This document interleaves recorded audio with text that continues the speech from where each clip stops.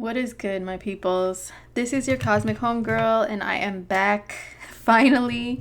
I'm doing a weekly forecast for everybody, for all signs, from April 4th of 2021 until April 11th of 2021. Yes, I know I have been absent for about 2 months, I think. To be honest, it's kind of a blur. There's been so freaking much going on in my personal life that caused me to have to take a step back and take a hiatus for a while to get some things right. I may explain some things in this video, but I know you guys are here, to hear the horoscope of the week for yourselves, so it ain't all about me. But I do promise that I will explain a little bit more. I may do a separate video or live stream or something. I don't know. Yes, I can live stream again, you guys. I can go live. You guys could see my mug, okay, on camera again very, very soon. Pretty much what's going on is there was a lot of family crap that came up and caused me to have to unexpectedly move. And I'm still technically in the process of moving. I'm not all the way done, but I finally have internet at my new spot. Kind of, sort of. And so, I can get back to doing the horoscopes, doing readings, and everything else. Speaking of readings, I am getting to DMs, emails, readings that are still in queue from my lovely clients. Thank you guys so much for your patience and understanding. And I am not accepting any new readings at this time. I may be accepting them again sometime in the month of April, but at this moment I am not. I still have to take care of everybody else that has been patiently waiting through all of my life drama and crazy shit and transitions and moving and everything else. So, yeah, but thank you guys so much, the ones that are waiting. And yes, I will be in contact. I'm still getting in contact with people. My emails and DMs have been nuts, okay? So anyway, what's actually causing a lot of stuff going on for me is these guys right here, Jupiter and Saturn and Aquarius. They're actually hitting my fourth house, which rules family and home. So what's been going on? Family craziness and a change of residence or home. Excuse me. Saturn brings the pains in the asshole and Jupiter brings the blessings. So it's like both's going on at the same time. And that's why I said everything with moving has been a process. Saturn makes things a process. He causes delays and difficulties, and he makes you realize the fact that you have to take stairs to the shit that you want. You can't take the easy elevator. But at the same time, Jupiter, he gives you the elevator. You know what I'm saying? He's like, here you go. But then Saturn is right behind him like, hold up, wait a second. Let me make this hard for you and a fucking pain in the ass. So you know that this shit is not completely easy, okay? So, yeah, that's pretty much what's going on. Saturn and Jupiter were together in Capricorn previously.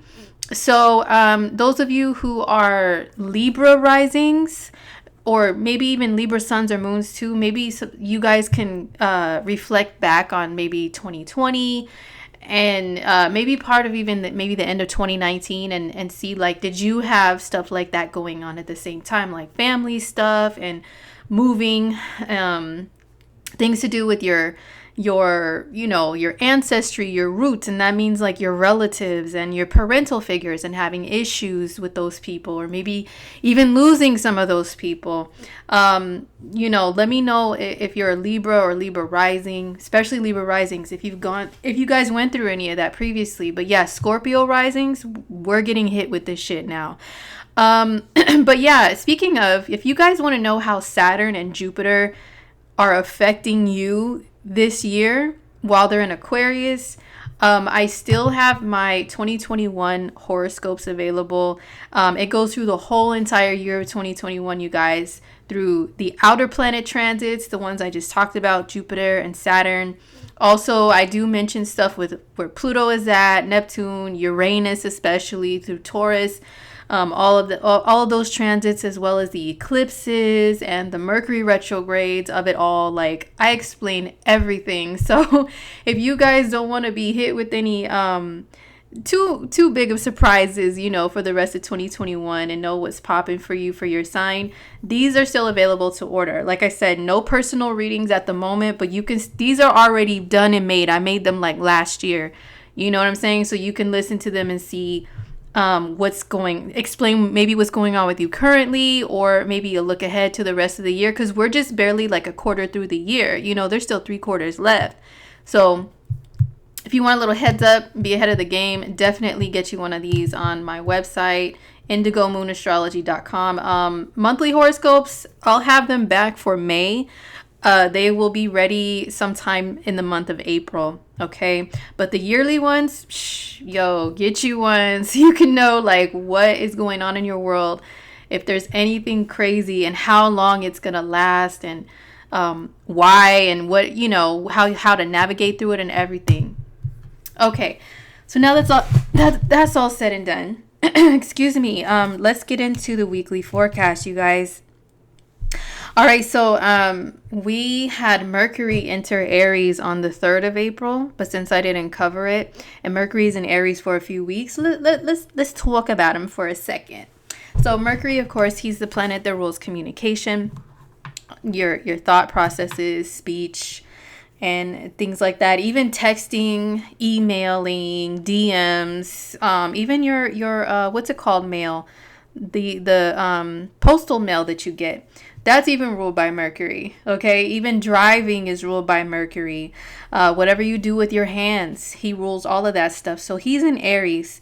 And boy, I don't know about you guys, but I am happy with this switch from Pisces to Aries, because this Pisces energy, when Mercury was here, especially conjoined to Neptune the last couple of weeks, it's like it was hard to stay awake for a lot of people, hard to stay focused. There's uber sensitivity, which it's not always a bad thing to be uberly sensitive, but like those of us who are already made of a lot of water energy, or if this hits you in like a water sign house in your chart, I think for all you fire sign rising people, Pisces lands in a water house in your chart. So it could have been like worse for you guys, like lots of tears and oh my gosh, just like, yeah, just super sensitive. But also it was very intuitive energy, of course, you know, those of us who are already highly intuitive, we were channeling some things, you know what I'm saying, getting some messages, especially in dreams, and everybody could have been experiencing this, but you know, you just gotta kind of pay attention during that time. But yeah, so but it was still like an energy of like being extra like spacey and shit, you know, like having like brain fog a lot, forgetting things, oh my god, losing and dropping things. Yeah, Mercury and Pisces is like that already, but when it's conjoined to Neptune, yo, it's so annoying. Like it's hella annoying, right? Losing track of your train of thought, getting lost driving places and all of that. But now he is in Aries. So from April 3rd until April 19th, we have Mercury in Aries, and our thought processes are a little more action oriented. Actually, hella action oriented, because Aries is that sign, okay? Aries is that dude. And yes, I know that chicks are Aries too, but this energy of Aries is masculine. Look at it's red.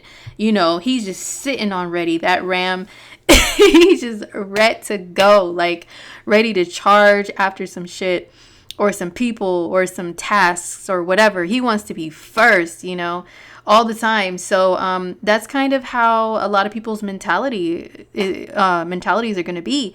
And our thoughts are more towards action rather than just wallowing in thoughts and dreams and feelings and then not doing shit about it.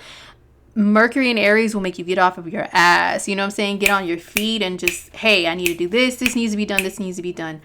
So yeah, even though personally I'm a Pisces moon, Mercury in my sign, you would think, oh, you know, I would be all ecstatic about it. But nah, man, not when there's shit to do. Like it just, if I had the time to be creative and sensitive and floating somewhere in the fucking ocean or something, Mercury in Pisces is dope. But yo, there's things to do. You know, we got to snap out of our feelings now. And that's how Mercury in Aries is going to affect everybody to some degree. Now, Mercury is easing towards a conjunction with Chiron, which I'll talk about once we get to that date. But once he steps into the the first degree on of Aries, he's technically in a conjunction with Chiron.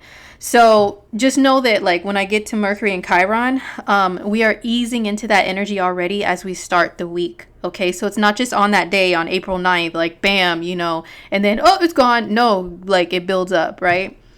So yeah, Mercury in Aries for a couple of weeks. He's not retro, he's not in shadow or anything like that. So he's moving at his regular speed, which is very quick. So, excuse me, Mercury in Aries, people will be more aggressive in their communication. They will be driving faster. Just try not to be an asshole. You know what I'm saying? Like, no road rage, no speeding and waving your fists or weapons or anything out the window over some traffic or something like that. Like, yeah, it's not really that deep. It's not that serious. But yeah, just if you are still chill and calm and everything, just watch for other people around you really tapping into that Mercury and Aries energy and just being like fucking speed racer for no reason, and cutting people off and wanting to race, and oh my god. Or people that have those cars that go like really loud and they think it's cute or something. They're going to be extra with their shit, okay? Straight up. So Mercury and Aries, yeah, more direct communication. Yo, listen, like I said, I'm all down with the Pisces energy as a Pisces moon, but that nonverbal communication shit with Pisces, Mercury and Pisces, it can get quite annoying at times. It's like, yo, just say what needs to be said. Just speak. Just be direct. No beating around the bush or keeping things in your mind and your head and, oh, I thought I told you, but I guess I didn't. Like, no, just speak. Pisces rules nonverbal communication, which is why it's such a psychic, quote unquote, psychic sign. Which, once again, there's nothing wrong with it. It's just that when there's things that really need to be said, really need to be known, Mercury in Pisces is not that dude.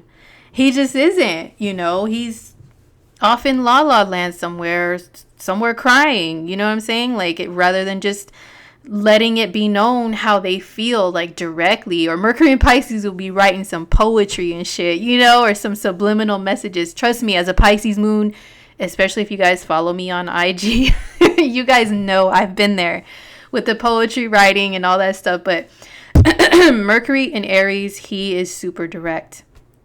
He just tells it like it is, which can be an issue at times too. You know what I'm saying? Every transit has its downside. Mercury in Aries can be a little too blunt and too harsh and brash at times. So, of course, try not to tap into that side and be just straight up rude and, like, hurt people's feelings and not give a shit when really you should have some tact to what you say.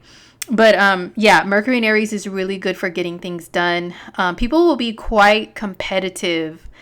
With Mercury, the Sun, and Venus all in Aries, people could be like really just, when it comes to like love and stuff, of course, I'm a 7th houser. I gotta talk about love. People could be more willing to pursue others. It's very masculine energy. So whether you are a physical male or female, doesn't matter. You could be really tapping into the Aries energy hardcore now with like going after who you want. And speaking directly to them about what you want. So, yeah, this energy is lasting until the 19th of April. So we have the moon in Capricorn. The moon is in Capricorn until the 5th of April. So as we start the week, we still have the Cap moon vibes. So we have the Cap moon. We have Mercury and the Sun all in Aries as well. And Venus in Aries too. So this is a very let's get it done type of a vibe that we start the week with. Thank goodness, right? So, excuse me. We have the moon in Capricorn. She's going to come into a conjunction with Pluto, like on the 4th and then into the 5th, depending upon your time zone, of course. But moon and Pluto together, and then all of this Aries energy, just be careful to not be too like get to the chopper, like paranoid and stuff like that, because this energy together, it's like Capricorn energy mixed with Scorpio energy, because Pluto rules Scorpio and the same things that Scorpio represents. So we have a combination of, so this could be like a very like worry, worry wart energy. Just really worried about the unknowns and the unseens. And it's good for doing extra things to protect your world, your place of living, your vehicles, your children, your belongings, yourself, or whatever. Very good protective energy. But yeah, the paranoid thoughts and stuff, or like thoughts that are more on the dark side, they can definitely come through. And then all this Aries energy could be very defensive too. Capricorn and Aries, they both rule the military. So people could be maybe quite militant on the 4th. And, as we start the week, which once again, don't be an asshole, but still, you can get a lot of things done and feel like you're taking charge of your life where necessary, grabbing life by the balls and just like saying, hey, this is what I want, this is what I don't want, and let's make some changes around this So pretty much that's like the vibe as we start the week. Okay. Now on the 5th, we have the moon moving into Aquarius. Excuse me. We have the moon moving into Aquarius from the 5th until late at night on the 7th, but it could be the 8th, somewhere else where you live. Or no, it's until the 7th. My bad. Okay, so the moon goes into Aquarius for a few days and joins Saturn and Jupiter. So moon in Aquarius days in general, I hate to be the redundant Taurus, but same thing every month. You get more in tune with your unique side, your rebellious side, your weirdo side. You feel more like an alien in one way or another, or you feel like, humanity just kind of, you could go either way with the Aquarius energy. Either humanity pisses you off and you don't want any parts of it, or you feel more humanitarian and you want to help people out and stuff like that. So it goes either way. But yeah, so that's moon in Aquarius days.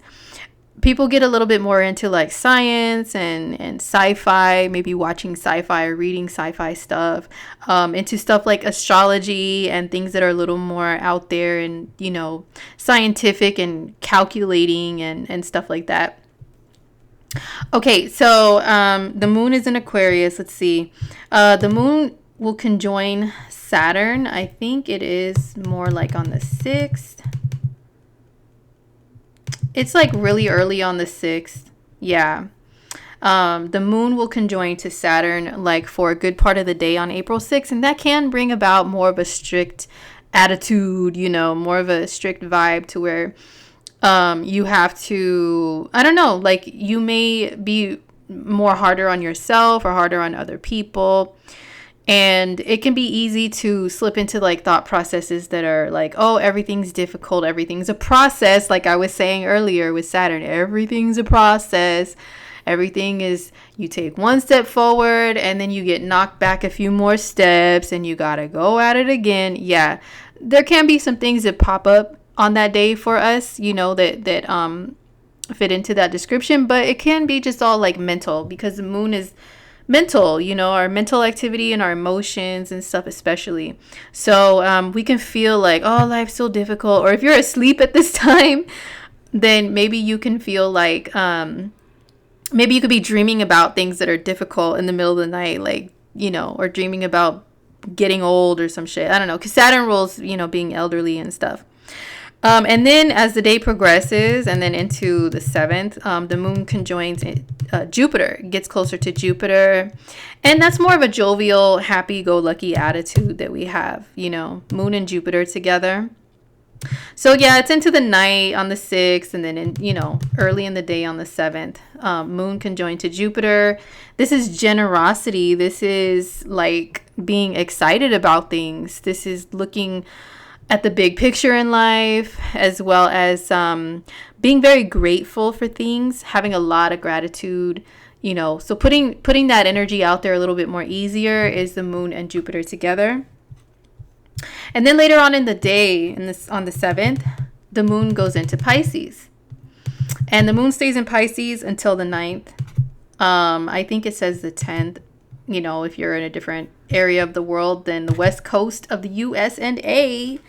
So, here we have April 7th, moon in Pisces, stays here for a couple of days. And this is where she is the dreamer, the daydreamer, the night dreamer, the zoning out and spacing out any time of the day.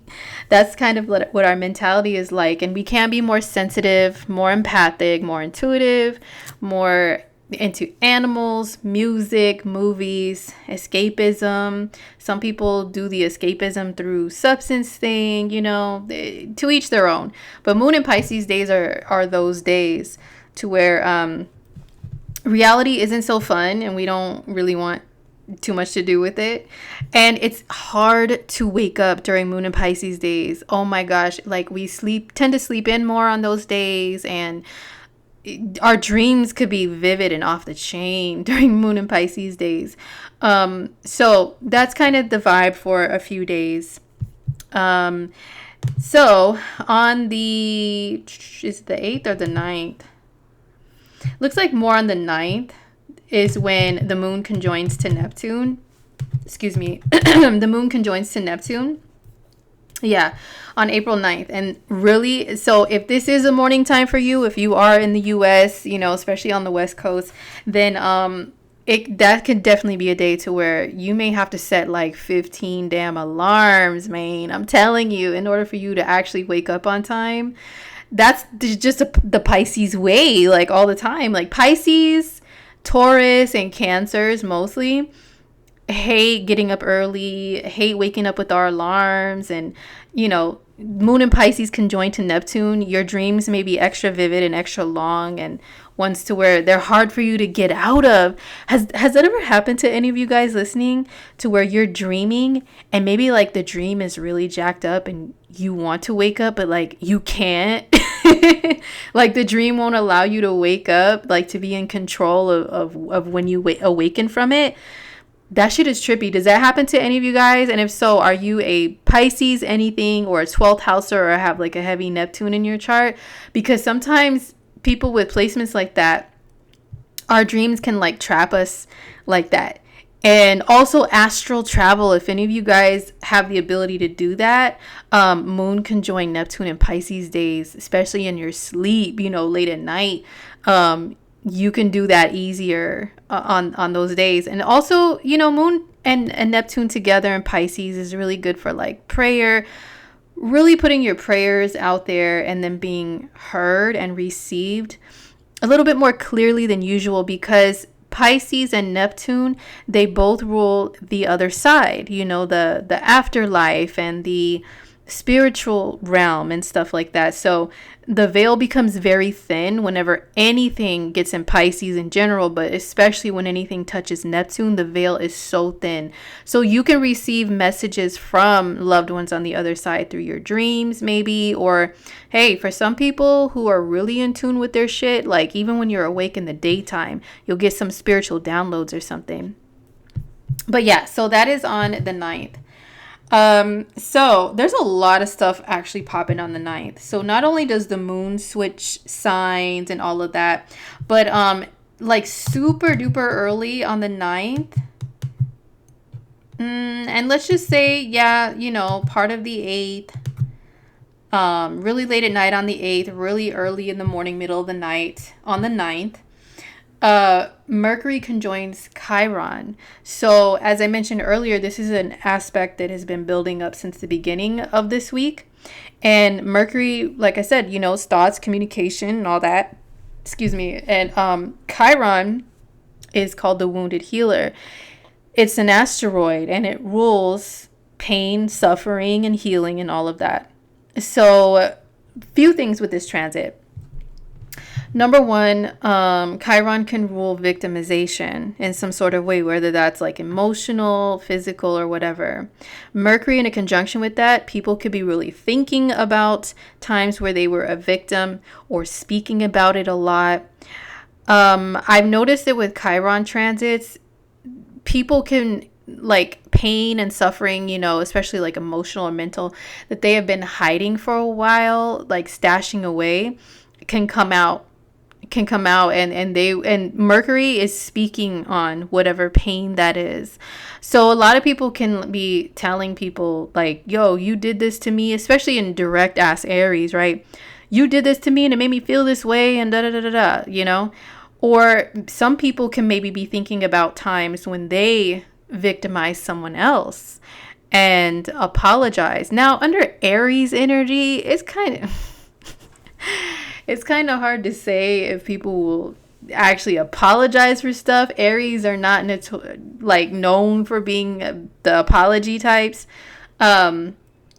But, you know, for some people, it depends on where it hits in your chart and things like that. It may hit a very sensitive house in your chart to where, you know, if you did somebody dirty in some way, you can be very apologetic and very sorry about how you did them, and try to heal the situation. Because remember, Chiron is also about healing. So people can maybe, you know, like spark up talks with others to heal negative situations with them, like heal a relationship that they have with that person that has been damaged in some sort of way, and try to make it better. This is a good day for counseling, either counseling others if that's something that you do for a living or whatever, or if you know, your friends may come to you and talk about, like, just spill it, you know, about things that are hurting them, and you know, then you guys talk it out.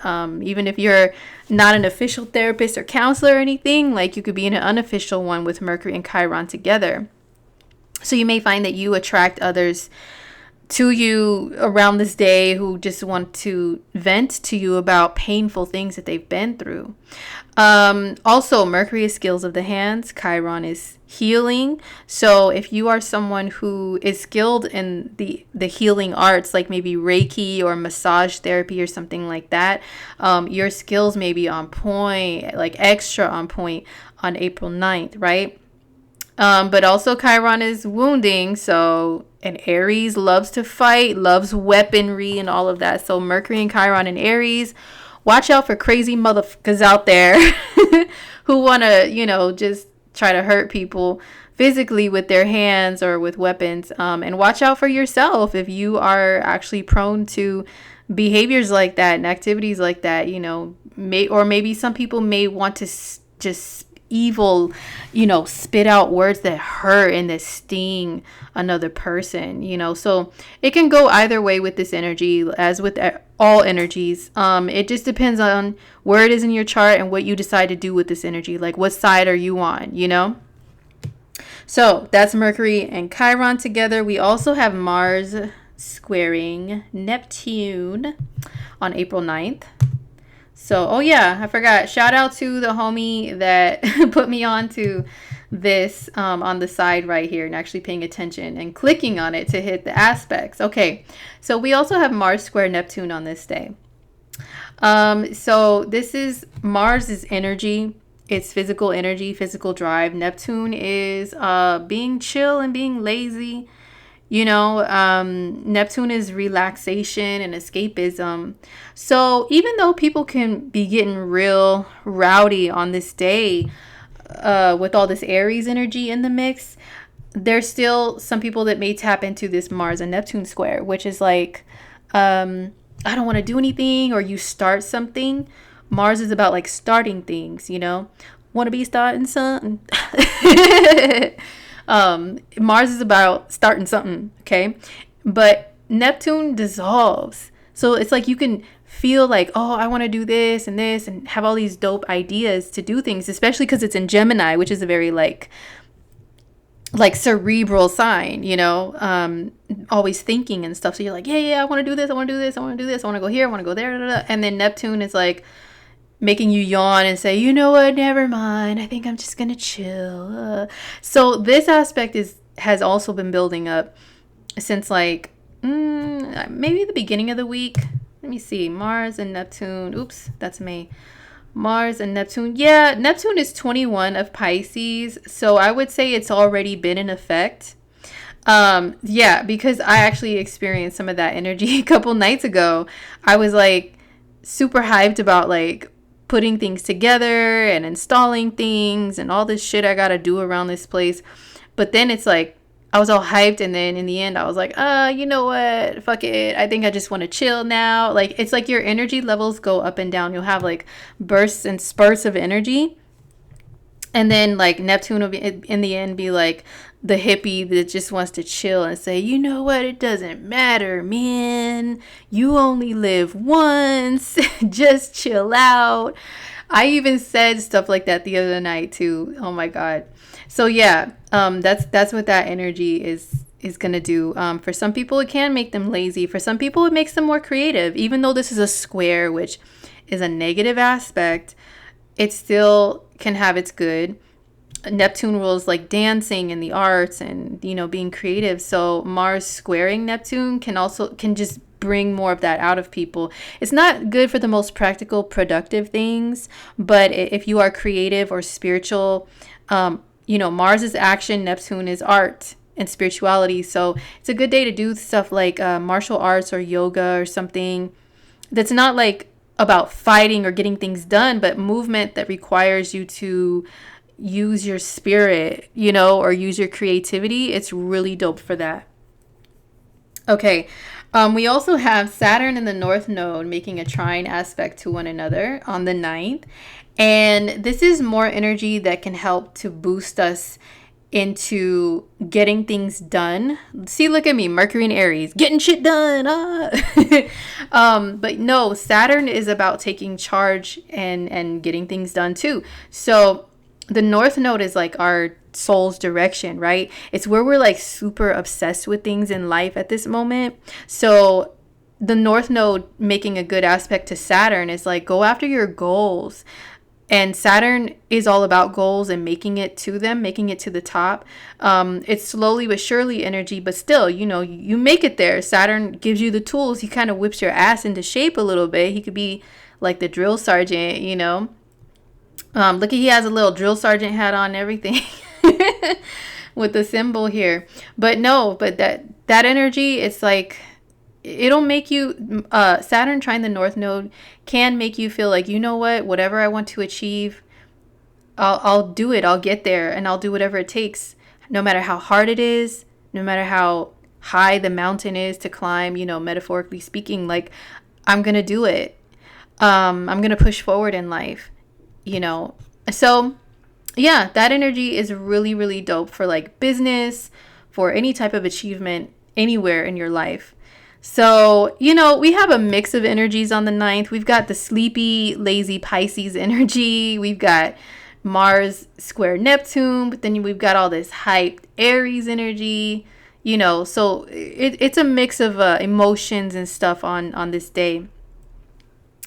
All right, so also on the 9th, this is when the moon does switch into Aries, though.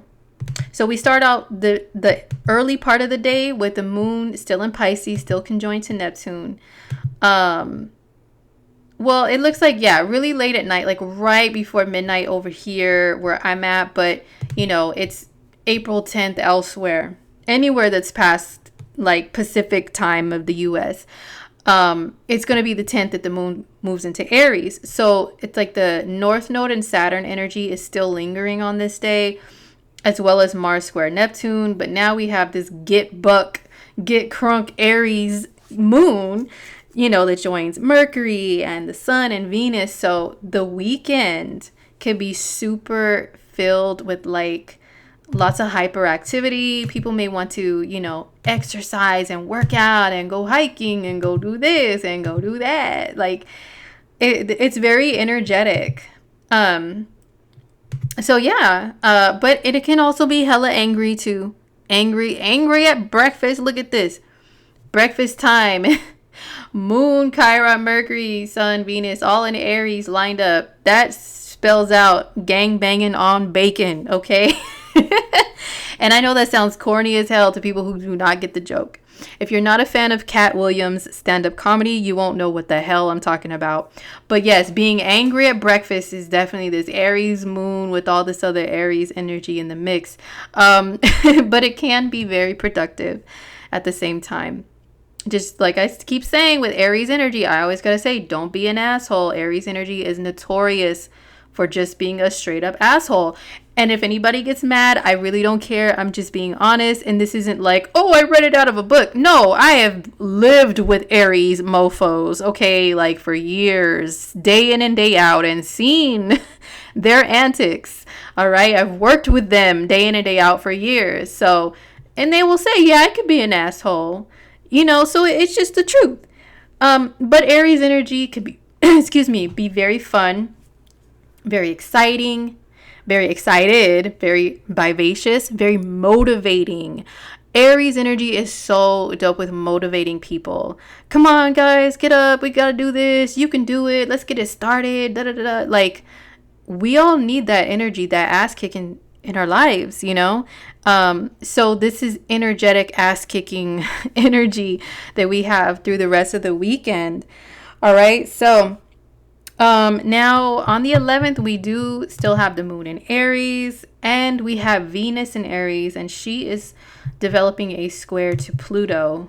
Ooh. So she's actually been developing this square for a good part of the week. Venus square Pluto. Listen, I'm going to be real about this, okay?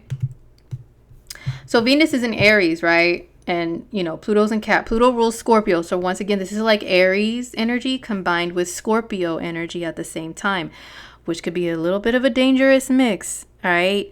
Venus, what does she rule? She rules love and relationships.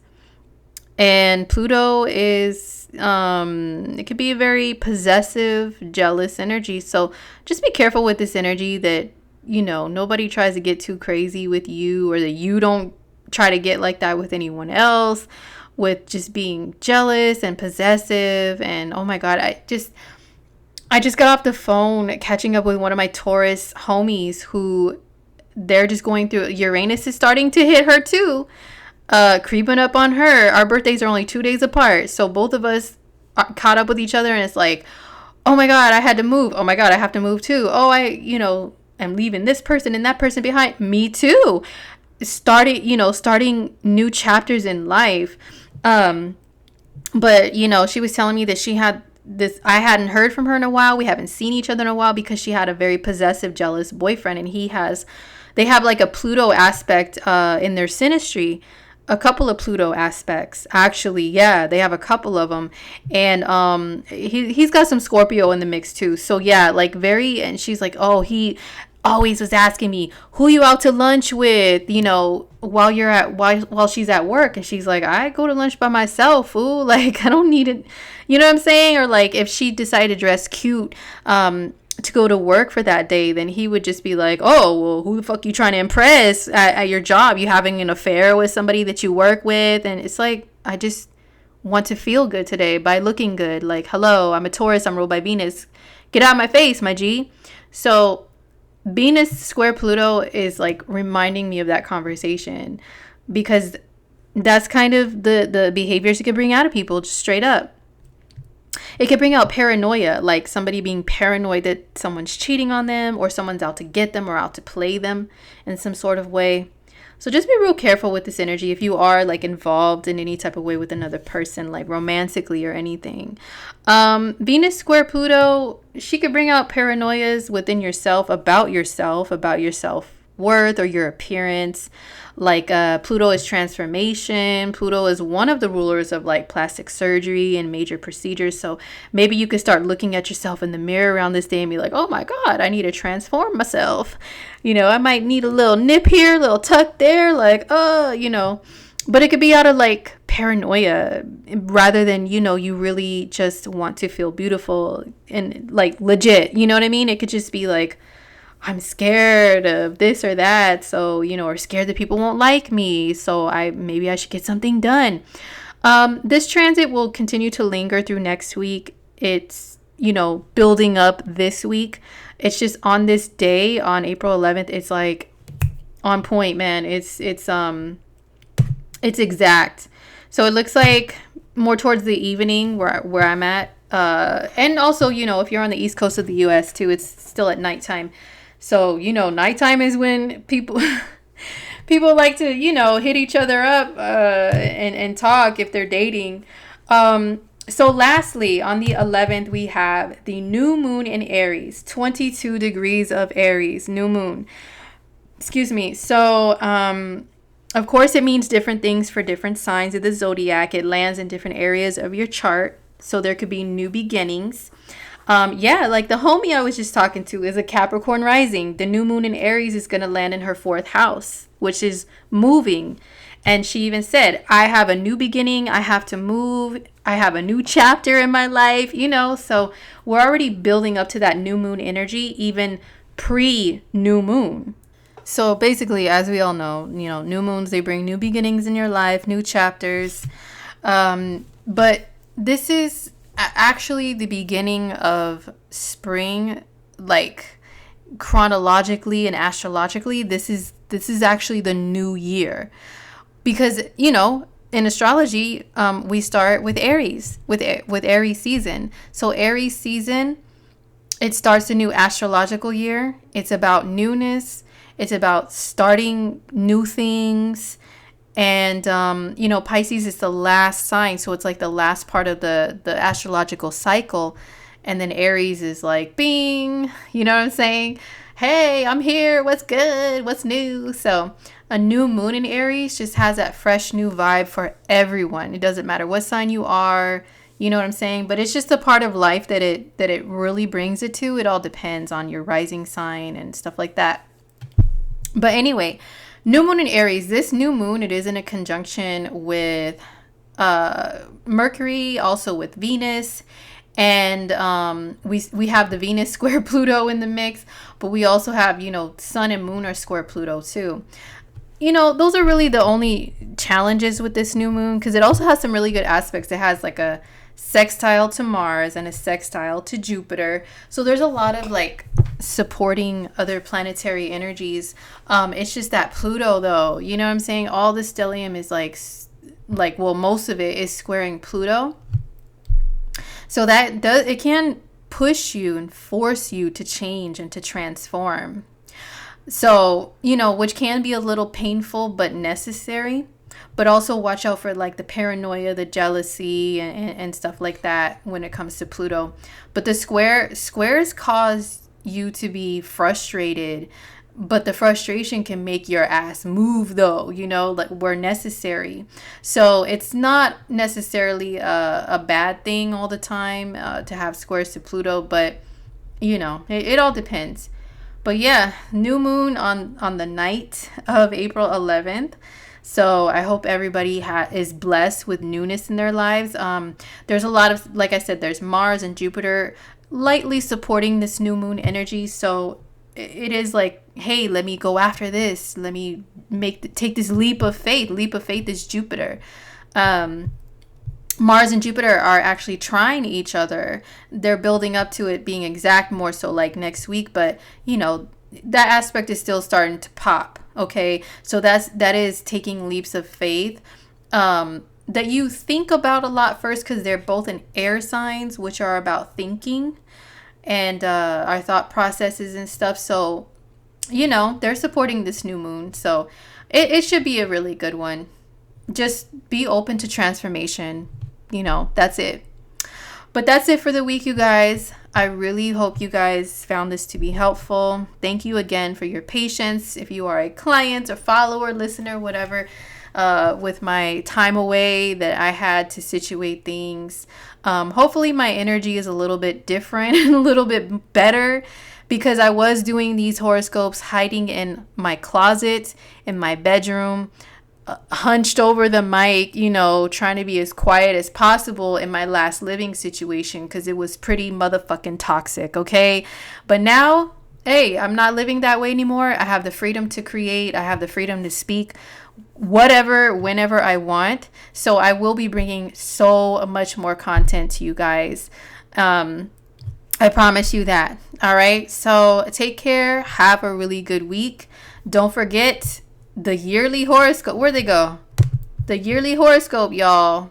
I had been looking at my own for a minute, and they're very telling. Okay, I have those available. So if you want any advisement from me and don't want to wait until I'm open for readings again, these are very detailed. They are 2 hours long. Okay, so there's a lot of information in here in these.